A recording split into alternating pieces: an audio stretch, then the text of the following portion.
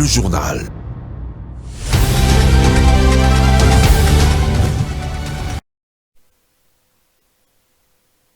C'est un plaisir de vous retrouver, Madame, Monsieur, pour cette nouvelle session d'information sur Mondico Télévision, dont voici l'ossature.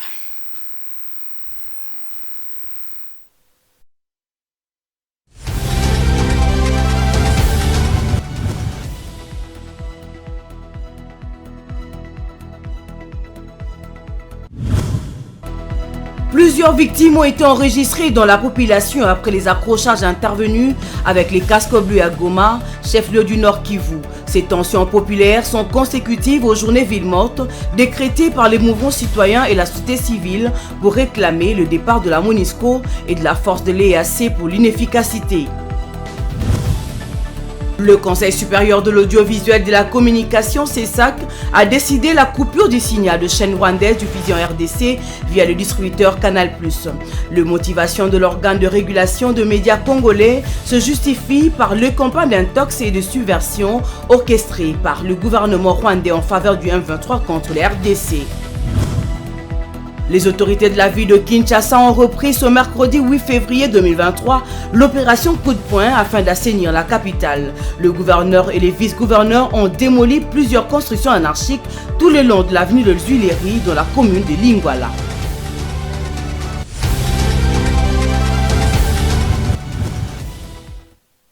Bonsoir. Ouvrons cette session d'information avec la primature. Le Premier ministre Jean-Michel Samaloukonde a présidé le mardi 7 février 2023 dans la soirée une réunion de sécurité selon le ministre de la Communication et Médias, Patrick Mouyaya. La situation sécuritaire dans la province du Nord Kivu avec les incidents observés le 6 et 7 février dans la ville de Goma, la sécurisation de la population en Ituri ainsi que la mission de pacification dans le Maïndombe, précisément à Kwamout, ont été au cœur de la réunion. Il était au micro de Viningali Junior.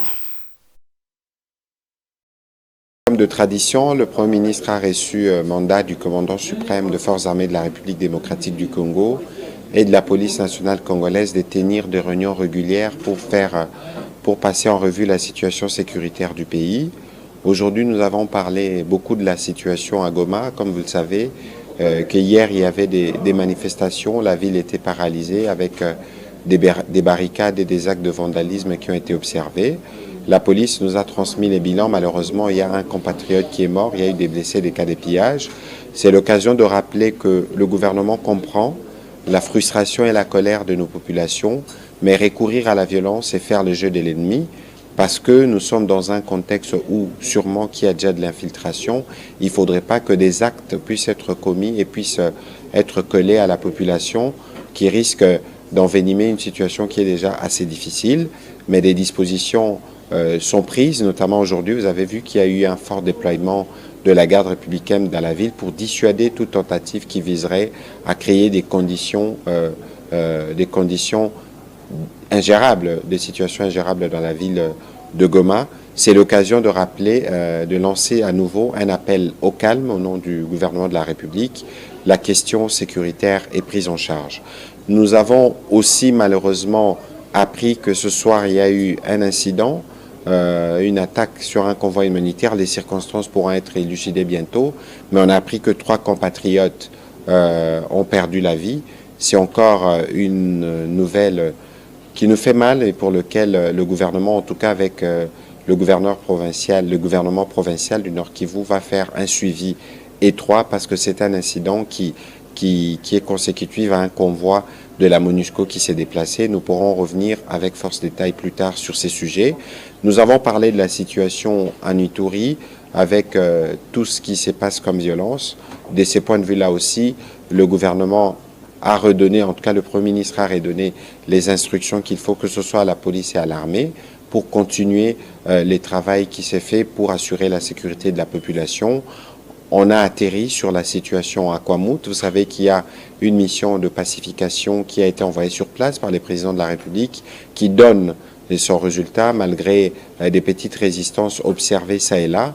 Mais la police y a déployé ses escadrons pour être sûr que la question sécuritaire dans cette partie du pays est globalement prise en charge. Voilà, en résumé, ce qui a été dit. Nous ne pourrons pas terminer sans vous dire que le Premier ministre suit particulièrement la situation humanitaire parce que toutes ces situations nécessitent une réponse de gouvernement et les gouvernements prennent des dispositions. Tel qu'annoncé dans le sommaire, 6 civils ont été tués en la province du Nord Kivu, dans la cité des Manigui. Cet après-midi, les affrontements entre le casque bleu de la MONUSCO et des manifestants qui avaient barricadé le passage pour empêcher le convoi de la MONUSCO qui se dirigeait vers la ville de Goma. Les détails dans ce reportage. Dans la soirée du mardi février 2023, des échauffourées ont été signalées dans le territoire de Nyiragongo, au nord de la ville de Goma, entre les casques bleus de la mission de l'Organisation des Nations Unies pour la stabilisation de la RDC et des manifestants. Selon le communiqué de la MONUSCO, le convoi des casques bleus, accompagné par les FARDC, revenait d'une mission de ravitaillement à Kiwanja pour se rendre dans la ville de Goma. Ils ont été assaillis par des manifestants qui auparavant avaient barricadé la route avec des grosses pierres, obligeant ainsi le convoi à s'immobiliser. Les manifestants ayant mis le feu au camion, les agents ont été obligés de tirer de coups de balle pour créer un passage et protéger le convoi. 3 civils tués, plusieurs blessés et 4 camions de la MONUSCO incendiés. Tel est le bilan lors de cet affrontement. La MONUSCO, quant à elle, présente ses condoléances aux familles touchées par le drame et déplore la perte de sa cargaison et de ses 4 camions. Une enquête conjointe avec les autorités congolaises permettra de déterminer les circonstances de ces décès.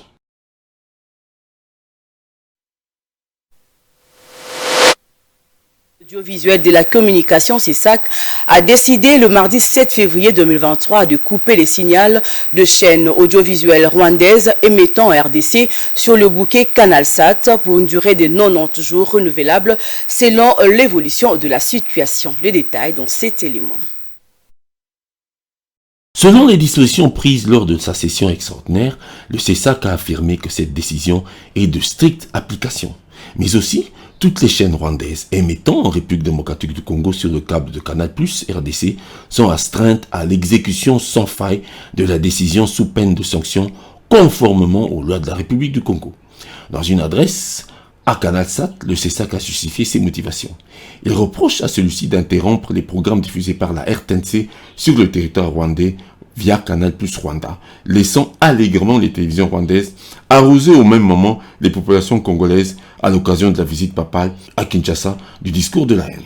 De même, poursuit le régulateur des médias en RDC, les chaînes rwandaises s'emploient à l'intox, à l'incitation à la désobéissance civile, à l'insurrection générale contre l'autorité publique de la RDC et le dénigrement systématique des institutions nationales et de leurs animateurs. Pour le CESAC, il est clair que les médias rwandais font l'apologie de la guerre et s'appliquent à démotiver les forces de défense de la RDC au bénéfice du M23, reconnu en tant que mouvement terroriste, du reste soutenu par le Rwanda. Les mêmes chaînes sacrifient la culture de la paix dont la RDC fait son cheval de bataille dans la région des Grands Lacs, affirme le CESAC.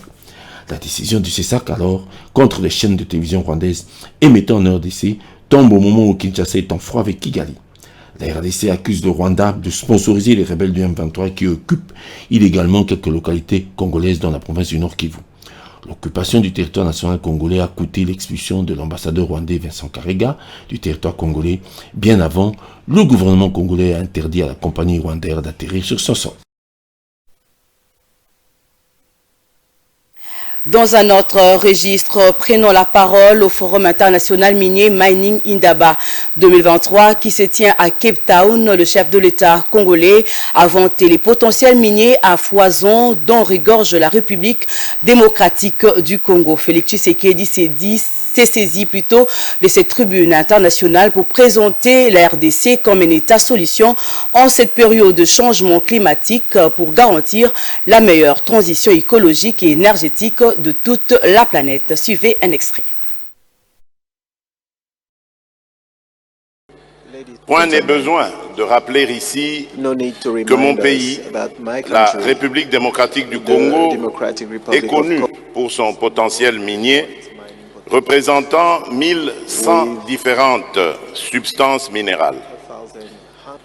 Toutes ces provinces peuvent se prévaloir de détenir des richesses minières. Et en cette période de changement climatique, la République démocratique du Congo se révèle comme un État solution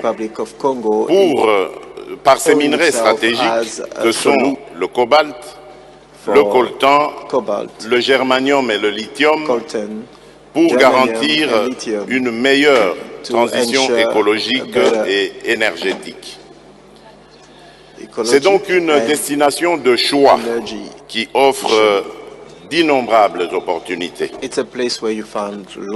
Financiers, exploitants miniers, équipementiers, sous-traitants, recycleurs, chacun peut y trouver sa part. Cependant, il est triste de constater que cette abondante dotation naturelle n'a toujours pas profité au pays, encore moins à l'Afrique, en raison de questions de mauvaise gouvernance enracinées depuis des décennies, mais aussi en raison d'une insécurité savamment orchestrée par des puissances obscures, avides de nos richesses naturelles, comme c'est le cas présentement dans la partie est du pays, en l'occurrence la province de l'Ituri et celle du Nord Kivu, avec le mouvement armé, le M23, qui n'est autre qu'un déguisement d'un voisin belliqueux, le Rwanda, obnubilé par nos richesses, mais malheureusement maladroit dans sa méthode pour y accéder, préférant la guerre plutôt qu'un cadre paisible d'échanges fructueux, gagnant-gagnant. Prenons cette nouvelle en brève. Dans le cadre de la préparation du meeting populaire de l'Union sacrée pour la nation qui se tiendra le samedi 11 février 2023 au stade des Martyrs, Steve Mikaï, président du parti travailliste, a reçu les composantes de son parti. Pour Steve Mikaï, ces meetings revêtent une importance capitale. Il a affirmé devant la presse que le but de ces meetings est de soutenir le chef de l'État, Félix Tshisekedi Tshilombo, et de montrer que Kinshasa appartient à Félix Tshisekedi face à ses détracteurs qui ont essayé de montrer que le président Félix n'a pas de popularité dans la ville de Kinshasa. Steve Mikaï appelle tous les partis membres de l'Union sacrée à se mobiliser pour que le meeting de ce samedi soit une totale réussite. Les commandements du centre d'inscription de Kitona viennent d'expulser 7 militaires féminins recrues pour mauvais comportement le lundi 6 février 2023 dans la matinée. Cette décision a été prise en accord avec le commandement de base militaire de Kitona afin de préserver les autres recrues. Commentaire de Bijou Lumuna.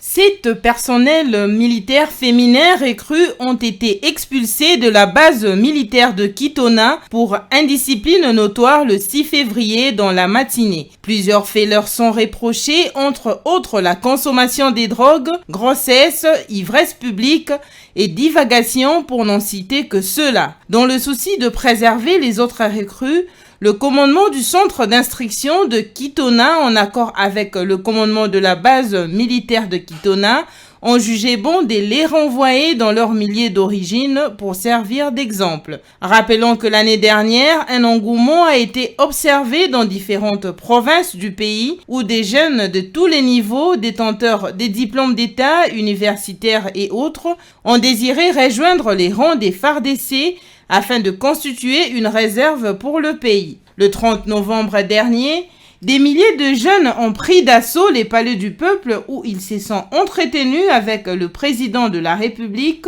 autour des sujets concernant leur avenir et celui de la nation. Ces genres de comportements décrits si haut n'honorent pas l'armée congolaise et jettent un discrédit sur celle-ci.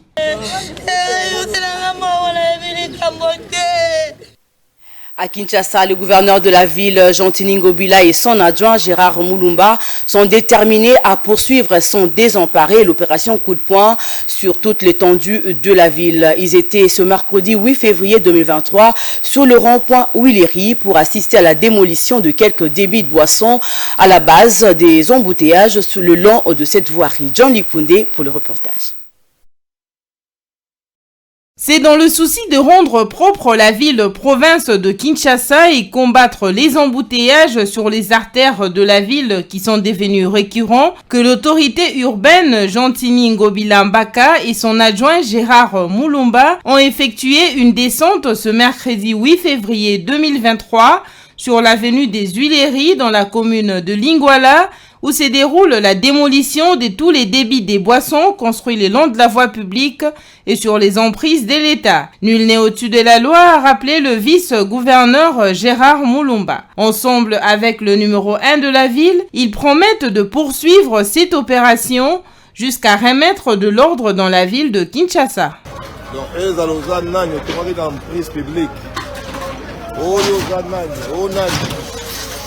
Qui que vous soyez, il n'y a personne qui soit au-dessus de la loi.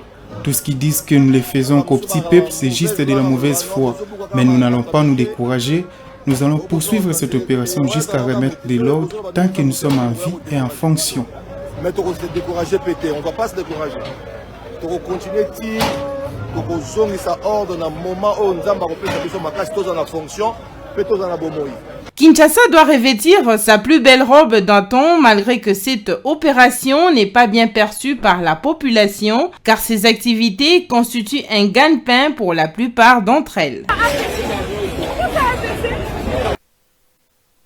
Et puis dans le chapitre des infrastructures routières, les habitants du quartier Mombélé dans la commune de Limete plaident pour la réhabilitation de la chaussée Lumumba, tronçon compris entre 12e rue Limete et Université Capella, devenu impraticable. Touché par cette situation, il lance la sonnette d'alarme, nous dit Laetitia Moulalou. Des eaux de pluie stagnantes, immondices, nids de poules parsemés sur la chaussée, c'est ce à quoi ressemble la chaussée Lumumba du quartier Mombélé dans la commune de Limete. Cette route, qui est la seule facilitant la mobilité de la population des habitants de ce coin de la capitale, devient de plus en plus un véritable casse-tête en rendant difficile l'accès aux piétons, encore plus aux véhicules, car elle est en état de délabrement très avancé. Face à cette situation, la population de Mombélé a lancé la sonnette d'alarme. L'état n'est pas vraiment bon parce que tu vas voir, il y a de l'eau. Il avait plu, je crois, hier, et l'eau traîne sur la chaussée. Donc il faut vraiment qu'il y ait des travaux qui doivent être exécutés ici. Parce qu'avec cet état, même la population souffre. La population souffre, donc ce n'est pas vraiment bon. Alors comme les caniveaux sont bouchés, et l'eau n'a pas d'endroit pour circuler. Voilà pourquoi l'eau traîne sur la chaussée. C'est un peu ça le problème. Donc il y a beaucoup de déchets. Il convient donc aux autorités de la ville-province de Kinshasa de jeter un regard particulier à ce coin de la capitale afin de réhabiliter cette chaussée, comptée comme l'une des artères principales de la ville de Kinshasa. Dans ces mêmes ordres d'idées, la route nationale numéro 39, tronçon compris entre Kolwezi, Dilolo, dans la province de Lualaba, est dans un état de délabrement très avancé. Selon les usagers de cette route d'intérêt provincial, les commerçants et les cultivateurs peinent pour couler leurs marchandises à cause de l'état de la route dans une province capitale mondiale du cobalt. Suivez. Nous sommes presque à 30 km de Kassaji et nous voilà bloqués. Et c'est désolant de voir qu'il y a des gens qui ont fait presque un mois en cours de route. Nous sommes vraiment dans le désarroi. Ce que je vais demander vraiment aux autorités, c'est vraiment d'être sérieux et de travailler et de penser à cette population qui croupit dans la misère totale par manque de route et ils n'arrivent pas à desservir leurs fruits de travail. Par exemple, les cultivateurs qui ont leur manioc ici, ils ne savent pas vendre parce que la route est dans un état déplorable. Je me demande comment est-ce qu'on peut diriger un pays diriger une province et laisser une route aussi importante dans cet état. C'est vraiment un truc que nous sommes en train de déplorer. Nous dénonçons cela et nous demandons que cette route vraiment soit une priorité. Parce que nous sommes quand même dans une province, le Lualaba n'est pas une province moindre. Nous sommes dans une province qui produit pratiquement et qui contribue au budget national. Et laisser ce Lualaba mourir parce qu'il n'arrive pas à avoir des bonnes routes, c'est désolant. Changeons de chapitre à présent, après l'incident survenu le lundi à la primature entre un groupe de députés provinciaux et les gardes du corps commis à la sécurité du chef du gouvernement, le directeur du cabinet de Sama Lukonde a réuni les élus provinciaux, question d'échanger avec eux à propos de leurs revendications portant sur le paiement des arriérés de leurs émoluments. À l'issue de cet entretien, le Premier ministre a instruit le ministre de Finances et celui de Budget de débloquer cette situation tout en regrettant de l'altercation avec les policiers. Le porte-parole de ces élus a justifié leur attitude de forcer les accès du bâtiment de la primature par l'urgence de leur dossier. Regardez. Le député provinciaux de la RDC est venu encore une fois de plus pour rencontrer le Premier ministre, sinon pour fustiger les mauvais comportements des ministres du Budget et de Finances. Lors de la 72e réunion du Conseil des ministres, les chefs de l'État avaient instruit aux deux ministres sectoriels de pouvoir apurer les arriérés et régulariser la paie des honorables députés provinciaux. Mais malheureusement, cette orientation, tout comme instruction du chef de l'État, a toujours été traitée avec une très grande négligence. C'est la raison pour laquelle nous nous sommes décidés de venir solliciter de nouveau l'implication du Premier ministre. Par rapport à la question principale, le Premier ministre, à travers le directeur de cabinet, a confirmé qu'aujourd'hui, peu importe l'heure, il va prendre langue avec ces deux ministres sectoriels afin qu'une solution soit immédiatement trouvée. Nous sommes des légalistes et en interrogeant le texte, la police est là pour sécuriser la population et imposer l'ordre. Mais en arrivant, les policiers ont quitté leur rôle idéal. Mais nous n'avons pas compris comment les policiers ont quitté leur devoir pour indisposer les honorables députés provinciaux. Et pour finir, le ministre de l'Enseignement primaire, secondaire et technique, Tony Mwaba Kazadi, s'est réuni avec les responsables de la province éducationnelle de Kinshasa. Question de faire l'évaluation du fonctionnement de cette province éducationnelle, nous dit Martin Kaimbe. Cette rencontre s'inscrit dans le cadre de ses itinérances, comme il en a l'habitude. Le ministre de l'EPST a évalué le travail dans les deux juridictions scolaires, à savoir le Plateau et le Tchangou, où plusieurs problèmes sont signalés avant de donner ses orientations pour la nouvelle année. Comme premier problème que doit résoudre le patron de l'EPST, les conflits entre les responsables de la province éducationnelle Kinshasa Plateau et la représentation légale de l'école conventionnée catholique orthodoxe. Cette dernière, par son représentant légal, le révérend Jean-Claude Nguindola Asuka, aurait posé des actes censés référer à la hiérarchie administrative, notamment la désactivation de certains enseignants au mépris des décisions des autorités, un témoignage du prophète de Kinshasa Plateau, corroboré par le ministre provincial en charge de l'éducation, Charles Mbutamuntu. Les coordonnateurs des écoles conventionnées orthodoxes où il doit réunir tous les inspecteurs du Grand Bandundu dans le cadre du réveil de la trilogie inspectorale. Le patron de l'EPSD va procéder également à la remise symbolique des 10 000 bacs après la province du Congo central. Ce journal est terminé, mais avant de nous séparer, place au rappel des titres.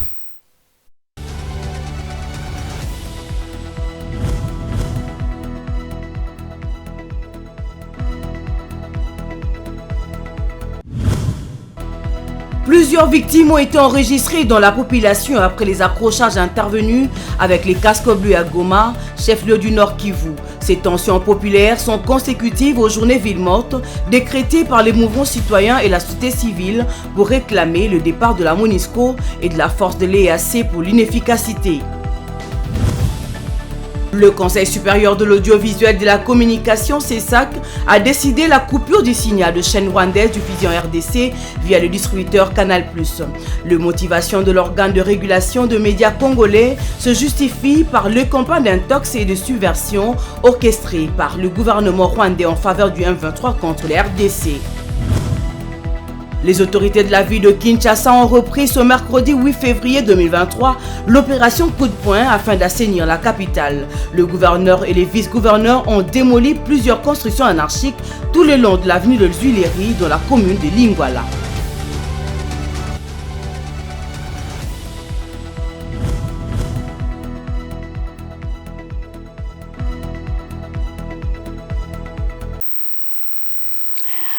C'est la fin de ce journal. Madame, Monsieur, merci à toute l'équipe qui a concouru à sa rédaction. Je vous retrouve demain avec le même plaisir. D'ici là, bonne suite de programme sur Mondico Télévision. Bonsoir.